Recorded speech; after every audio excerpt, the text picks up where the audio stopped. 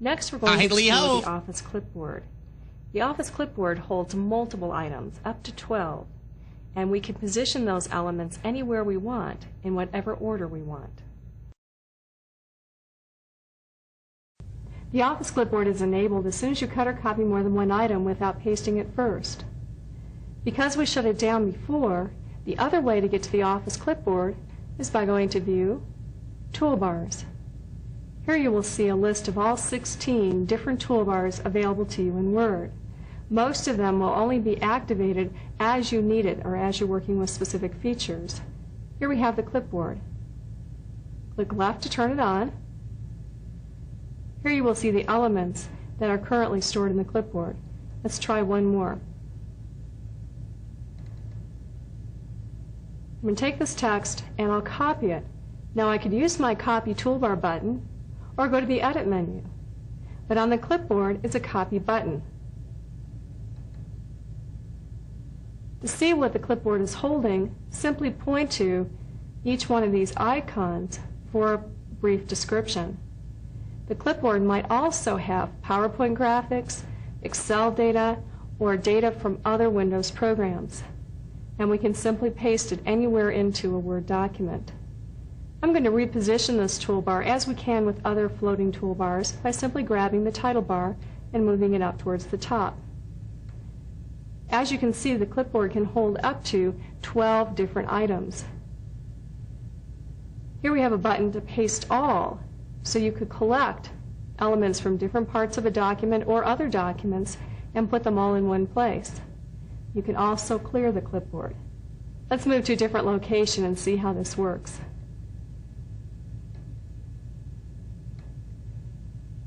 Let's say I want to insert that paragraph that I just had copied. Here it is. I simply click on it, and it comes right in. But I could also insert something that I had worked with earlier. It's that simple. When you're done with the clipboard, you can simply close it down, or you can clear it out first.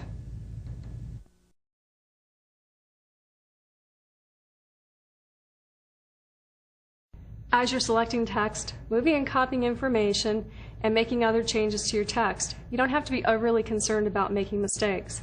That's because Word has two toolbar buttons, Undo and Redo, which lets you cancel or repeat up to the last 100 actions. Let's try an example of how these features work. Return back to the top of the document, and once again, this could be any text that you're working with. We're simply using this as a practice. Select your text, move it using any technique that you want. I'll use the Cut button. I'll move to a new location, paste it. Now simply move down to select another paragraph. This time I'll hit my Delete key to delete it. And we'll look back at the top of the document. Let's say I want to change the appearance of this text, although I'll talk more about this later. If I want to make this bold, for instance, I can select it, go up to the Formatting toolbar. Here I find Bold. Now let's try the Undo. When I click on it once, I'll undo the bold, undo my clear, undo my paste. Now see the screen tip will describe the next action, and so on. If I change my mind, I can do a redo. Now that button is found under the standard toolbar under More Buttons. And here's Redo. Notice how it pairs up side by side on the standard toolbar. So I can simply redo. Think as redo is kind of undoing the undo. Another way to look at the features is to look at the pull down. Here you see a list of the recent actions. If I select something, I'm going to then be telling Word that I want to undo the last group of actions. For instance, this whole set. I cannot individually undo these without getting all of the following steps as well. Redo also has a pull down for the same idea. That's a great feature. Now let's go down to the bottom of the document to look at something similar to this.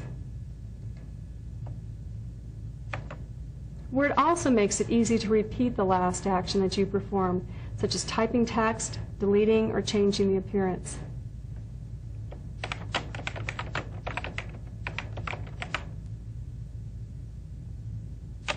Now one way to repeat this is to go up to the Edit menu, hold down the full menu, and choose Repeat Typing. Notice also I could press Ctrl-Y. On the keyboard, press F4 function key to repeat the last action as many times as you'd like. Go ahead and save this document and close it. Even if you're not a great typist, AutoCorrect can make you look like one. With AutoCorrect, you can automatically fix misspelled words and common typing mistakes. Let's start with a new document. Once again, we'll use the New Blank Document button on the standard toolbar. Next, let's zoom in to 200%. This will just make it a little bit easier for you to see the example of AutoCorrect. Here's an intentional misspelling. Now, as soon as I finish this word, by hitting space, punctuation, enter, or anything else that Word would understand as the end of this word, it will fix it for me. Additionally, notice how this word is capitalized. I'll show you where that came from. Here's another simple example. Instead of the word "and," I type in this mistake, but it's fixed for me. And how many times do you see this error? Well, with Word, it's corrected. And this is just on the fly, so you may not even realize that you made a mistake in the first place. Certain phrases are also that way.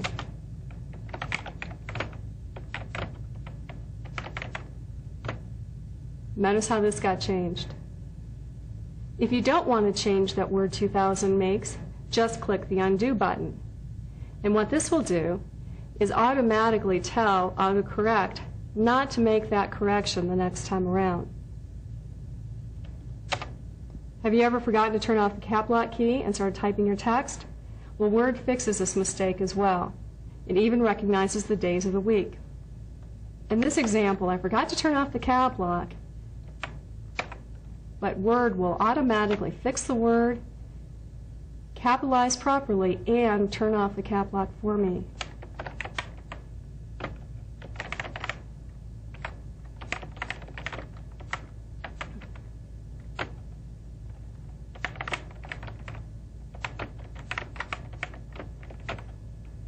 And here's the days of the week.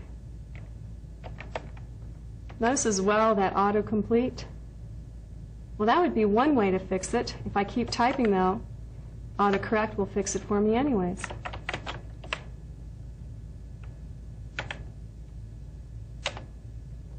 Even if you type in a word that Word does not automatically correct, Word 2000 can still fix it.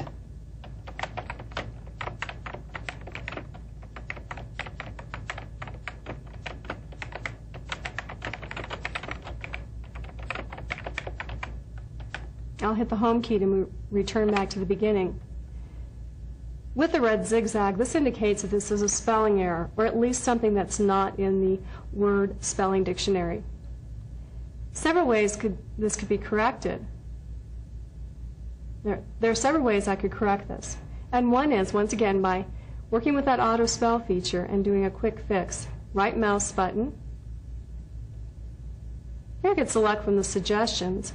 But I have another way, AutoCorrect. Same list of suggestions. The difference is that I can teach Word that the next time that error comes up, fix it with the selected word.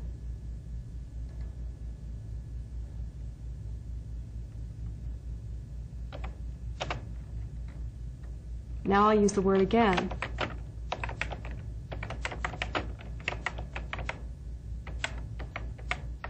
Here's my spelling error. Watch it fix.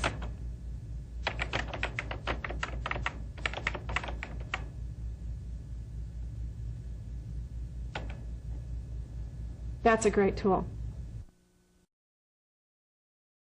AutoCorrect makes text entry much faster. Next, I'll show you a behind-the-scenes look at the AutoCorrect features. To get to AutoCorrect, pick the Tools menu, hold down the full menus, or as we looked before, just wait a few seconds and this will drop down. Here's AutoCorrect. And here you see all of the rules that are currently engaged for AutoCorrect.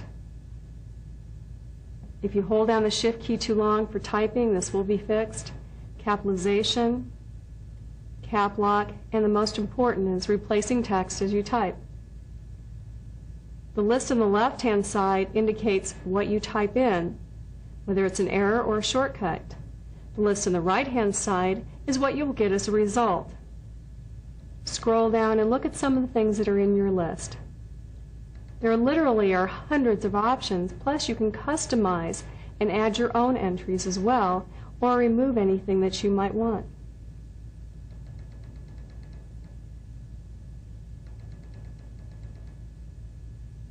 First, we'll try some of these entries, and then I'll show you how to add your own entries. We'll choose OK for right now to come out of that.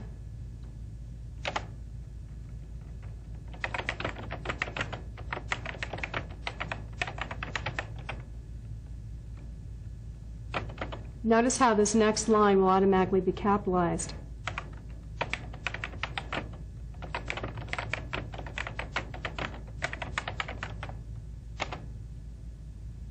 Certain symbols like copyright are also very easy to create.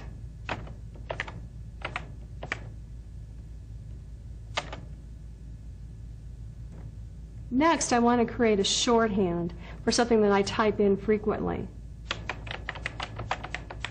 Now here's the text that I'd like to be able to type out. Now this is automatically in an autocomplete. That is, this is an entry that's already in my system, so I could just simply hit entry. That would be one shorthand. But let's say that it's not. It's a phrase, someone's name, or something else that we'd like to be able to easily and quickly type. One way to handle that then would be with AutoCorrect. So I'm going to accept this, and we'll select this text, and we'll assign a shorthand to it. We'll return back to Tools. Notice how AutoCorrect is now in this menu. Because it was selected from the full menus, it has now been added to the short menus to reflect my usage. My text is highlighted, and I could have formatted it in a particular way, that is, added bold or a size change or something like that. I'm going to give this a shorthand. If I put this in lowercase, then any entry, upper or lowercase, will be accepted. These could be your initials, could be an acronym for a company. Just make sure you use something that would not otherwise automatically be used. That is, make sure you type in something that you don't want to keep in its original form.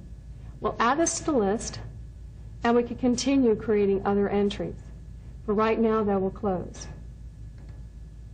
Next, let's try this. And there you go. It's that simple. So not only can you work with a long list of already preset options, but you can customize AutoCorrect to work for you.